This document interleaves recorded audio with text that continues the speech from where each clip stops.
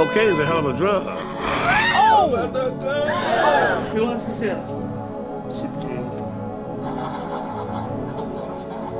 Nothing brings me more joy than watching Scott Pilgrim vs. the World. It's my favorite movie, ever. I was just a little wee lad when it's released, and I used to watch it every single day like a psychopath, laughing at the same scenes over and over. And I'm still doing it. To this day! But now that I'm older, I'm starting to view the plot a little differently, from the viewpoint of an adult, like if I was actually in this situation. So now the movie is even more funny, and also I started to realize most of the characters are actually terrible people, especially my fictional goat, Scott Pilgrim. And I want to figure out how he got himself into this ridiculous situation. Like, why is dude fighting 7 people for a girl who works at Amazon? So today I'm going to talk about the adventures of an unemployed man, how he kinda sucks, and how he redeemed himself. If you haven't seen the movie, I'm literally begging you to watch it. Begging you. Please! It has my recommendation seal of approval. Anyways, this is how the movie starts. In the mysterious land of Toronto, Canada. Scott Pilgrim was dating a high schooler. What? Especially my fictional goat. I got nothing to say.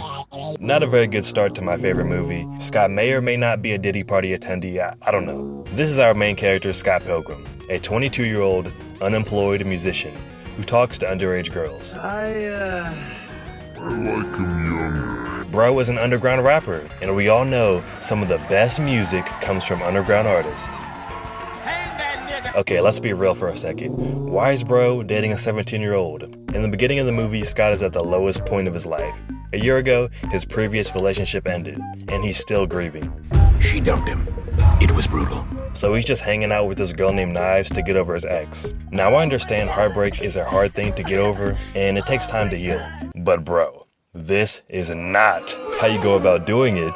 And I find it hilarious that everyone around him is constantly calling him out for it too. Are you really happy or are you really evil?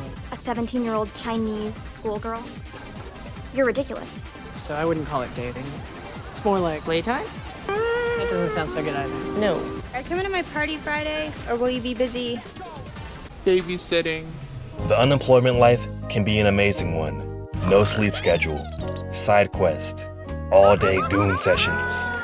Scott lives with his friend Wallace in this tiny-ass apartment. It's so small that they have to sleep in the same bed. And when I say Scott is freeloading, he is freeloading off of him. Pretty much everything in this crib belongs to Wallace. Nothing belongs to him. He's paying no rent or bills, and Wallace is fed up because they can't get freaky with the femboys while he's there. So he wants him out of the apartment. Luckily for him, he doesn't spend too much time there and usually hangs out with his band and hanging out at the library with his fake high school girlfriend. And while he's there, he literally sees the girl of his dreams, Ramona Flowers. Oh my God. Scott is like, oh my God, I want her to ruin my life. Fast forward a little bit, he's at a house party and she's there too. So he attempts to rizz her up, and it doesn't go so well. Huh? He fumbles pretty bad, but he's like, nah, I gotta try again. I was a little too turned off the Coke Zero, and I wasn't performing at my best. Failure is only an obstacle to pass on the way to success. Scott is so obsessed with her, he finds out she works at Amazon, and he orders a package just so she can come to his crib. Eventually, she comes to deliver the package. He asks her out, and she says yes. They go on a date, and it goes well. So the next morning, they plan another date at his show. Now, if you remember, while this is all happening, he's still dating Knives. He's dating 2 girls at once. Scott thinks to himself, what should I do about this situation? Oh, nothing. So when they all get to the gig, Scott immediately gets caught up. Hang that nigga now! So he runs away and gets ready to perform. While they're rocking out, a dude named Matthew Patel bursts through the ceiling and challenges him to fight. And they start boxing. So after Scott turns Matthew into spare change, Ramona tells Scott that if they're gonna date, he has to murder her 7 evil exes. Huh? So you're telling us you want him to fight 7 people he's never met to the death? Come on, dude, how desperate do you think he is? Does that mean we can make out? So for the rest of the movie, Scott is risking his life for a girl that works at Amazon. Let me tell y'all something about warehouse employees. I've worked a warehouse job before, and let me tell you, all of the employees that work there are former delinquents, the badass kids in class. I said, whoever threw that paper, your mom's a hoe. That would curse out the teacher and cause mayhem for no reason. She even admits to doing this herself in the movie. All I'm trying to say is, she's bad news. He should have forgot about her the second he found out she delivers mail and be throwing her back out in a semi-truck, stacking boxes for $18 an hour. I mean, yeah, I sure do love an alternative chick as much as the next fella, but am I willing to die for one? Consciousness over coochie.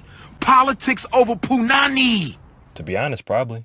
At this point, Scott is at the very left side of the honor meter. He's cheating on both of his girls, and he just murdered a guy. So how does he go about redeeming himself? Well, first he does the right thing and finally breaks up the knives. Then later in the movie, he even stands up for her when Todd hits her with a black flash and rocks her in the face. So I guess he actually does care about her. Scott goes on to pack up a couple more people, and after almost dying multiple times, he's like, damn, maybe I shouldn't have dated this girl. I like being alive. He's starting to come back to his senses. But things start to go downhill quickly when he gets dumped by Ramona. His band signs a record deal without him because he's being petty, and he gets kicked out of Wallace's crib. Oh my God. Now he's at his lowest, even lower than the beginning of the movie. The only thing he can do is fight to get Ramona back. Fight for love. Aww. But hold on a second, Scott is going about this all wrong. His journey to redeeming himself isn't about love. It's about redemption, about owning up to your mistakes and becoming a better person. And he only realizes this after he gets walked down by Gideon and sent to the afterlife. He uses his extra life to get a second chance.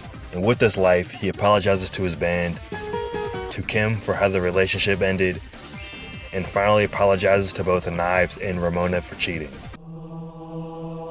This earns him the power of self-respect, which ultimately helps him succeed in the end. Consciousness over coochie. The lesson to take from this is, you can't fix things around you unless you fix yourself first. And only then are you able to try again.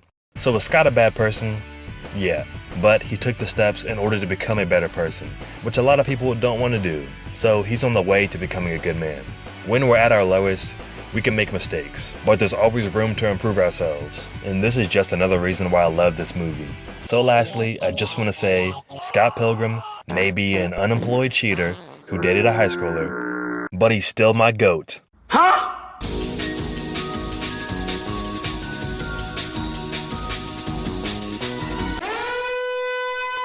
Thank you for watching the video. If you made it to the end, don't leave yet, I have a quick announcement.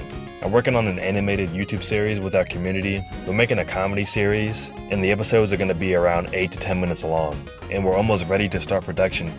But we need a few more awesome creative people to hop on the project. To give you a short summary of what it's about, the show follows 3 characters who have the power to go into other people's dreams and help them solve their real-world problems. Kinda like a reverse Nightmare on Elm Street. I'll put some images of the characters on screen for you. Right now we're mainly looking for artists and animators, but if you could do anything else creative like voice acting, music, editing, and this sounds cool to you, join our Discord and come talk to us. Thank you again for watching, and I'll see y'all soon in the next video.